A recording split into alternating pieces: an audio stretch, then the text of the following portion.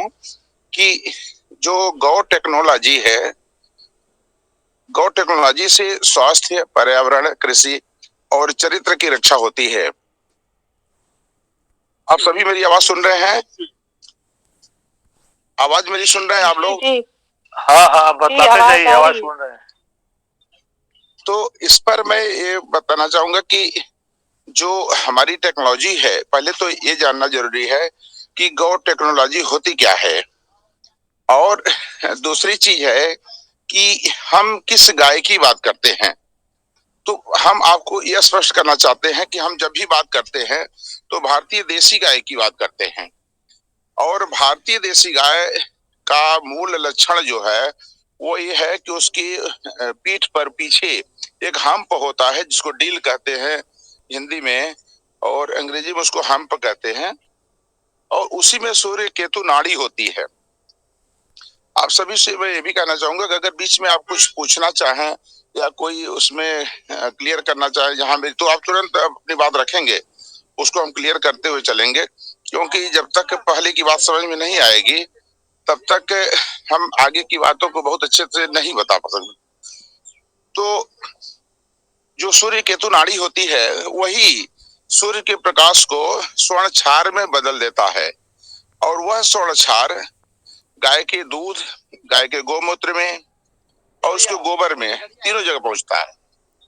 तो उसी का प्रभाव है जो जिसके कारण गौ माता हमारे लिए उपयोगी है। तो हम गाय के गोमूत्र, गोबर या उसके जो घी है, उसका दूध है, दही है, जो भी चीजें हैं उनके किस तत्व का कैसे उपयोग करेंगे, उस उपयोग करने का जो तरीका है उसी को हम गौ टेक्नोलॉजी कहते हैं। जैसे आपको एक छोटा सा उदाहरण बताएं कि गौ माता से हम स्वास्थ्य की रक्षा कैसे करें। एक विषय आया, पहला पॉइंट है गौ माता से स्वास्थ्य की रक्षा। तो स्वास्थ्य की रक्षा के लिए हम जिसे पंच अर्क बनाते हैं। अब पंच अर्क में देसी गाय के जो गोमूत्र होता है उसमें अजवाइन, जीरा, जायफल और तुलसी का पत्ता, ये अगर डाल दे और इसको डाल करके अर्क निकाल ले तो ये हमारा पंच अर्क कहलाता है। अच्छा अच्छा, तो पंच अर्क, इसको हम लोग पंच अर्क कहते हैं। जो हम लोग डिस्टिलेशन करते हैं, ये जो गाय के गोमूत्र में अजवाइन, जीरा, जायफल और तुलसी का पत्ता, ये डालते हैं, चार चीजों को। तो इन चारों चीजों का जो जो अर्क होता है, इसका रेशियो होता है कि जो चारों कंटेंट्स हम गोमूत्र में डालते हैं उसका रेशियो होता है 1 लीटर गोमूत्र में ये 10-10 ग्राम पड़ते हैं। तो जब हम ये 40 ग्राम ये हो गया, 1 लीटर गोमूत्र हो गया, इसको हम डिस्टिलेशन किए, जिसको आसवन हिंदी में कहते हैं।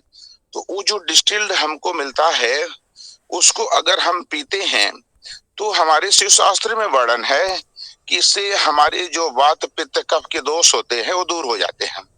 मतलब कह सकते हैं आप कि एक ही साधे सब सधे। मतलब अगर हम डेली खाली पेट गोमूत्र या इसका अर्क पीने लगे पर इसको पंच अर्क कहते हैं। अब इसमें एक बात और आ गई कि जो प्लेन अर्क होता है और पंच अर्क में क्या अंतर होता है। तो प्लेन अर्क उनको पीना चाहिए जो निरोग हैं, भविष्य में रोगी नहीं होना चाहते, लेकिन जिसके कोई बीमारी हो गई, जैसे डायबिटिक हो गया, कोई हाइपरटेंसिव हो गया, या लीवर फेल्योर में है, या क्रॉनिक रीनल फेल्योर में है, या इस तरह का कोई डिजीज को पहले से है, तो उसको पंचर्क पीना चाहिए। तो अगर इस पंचर को हम लगातार रोज पीते रहें तो I can say without any problems, no regarding to the health. तो ये चीज आपको जानना है। इस तरह से हम आपको एक छोटे से उदाहरण बता सकते हैं, बहुत सारे उदाहरण हैं जिससे हम ये बता सकते हैं कि गो टेक्नोलॉजी से हम कर सकते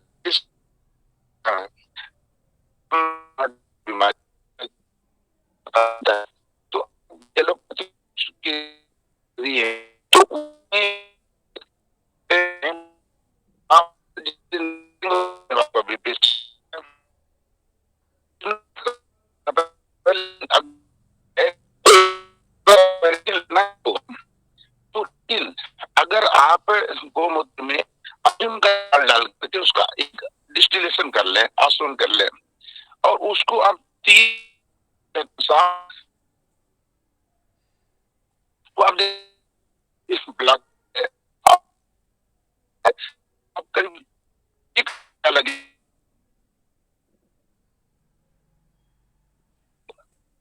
अब एक नई बात आ गई, क्षारीय भोजन।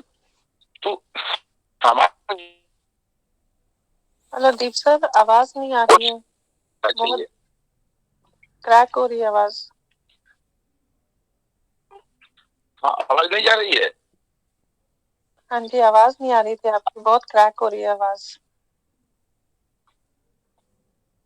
हम तो आपकी आवाज सुन रहे हैं, आप सब लोगों का। और पीछे कई सेंटेंसेस आपके क्लियर नहीं हुए कि आप क्या कहना चाहते थे। हो सकता नेट प्रॉब्लम हो, कुछ